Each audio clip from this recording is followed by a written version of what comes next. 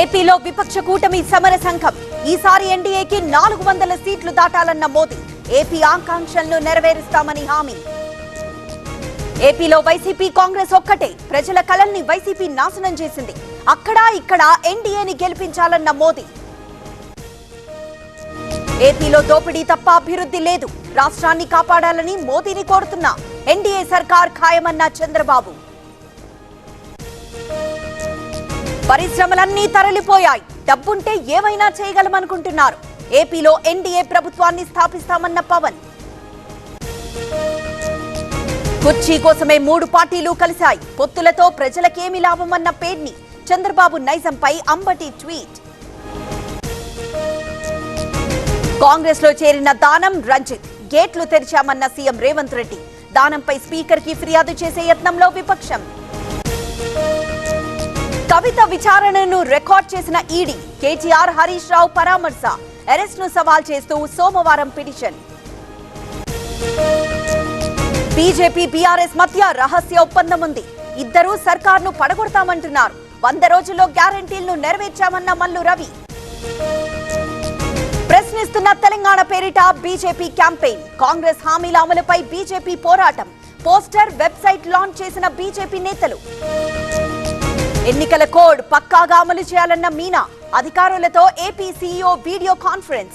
Hoardings, కటౌట్లు తొలగించాలని ఆదేశాలు. పూతలపట్టులో పెద్దిరెడ్డి ప్రచారం. చంద్రబాబు ప్రజల్ని మోసం చేశారని విమర్శలు.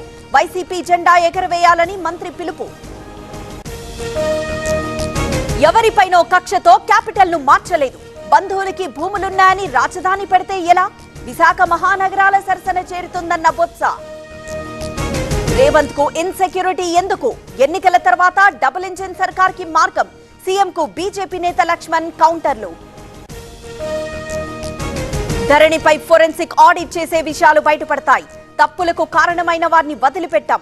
కొండలు గుట్టలకు రైతు భరోసా లేదన్న రేవంత్.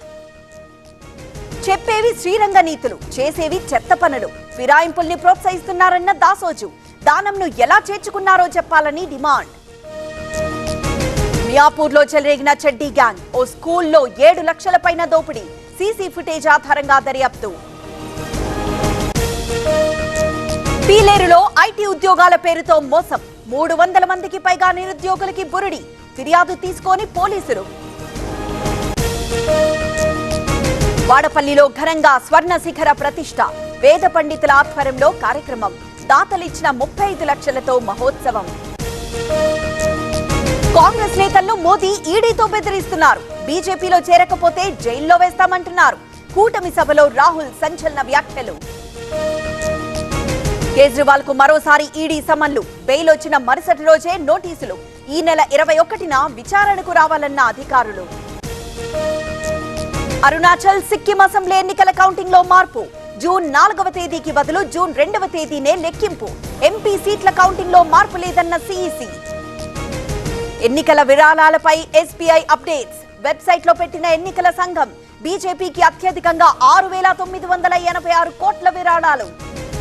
బెంగాల్లో మిన్నంటుతున్న ఆందోళనలు. సందేశ్ ఖలీ కేసులో నేతల అరెస్ట్ కు డిమాండ్. కోర్టులో 3 హాజరుపరిచిన పోలీసులు.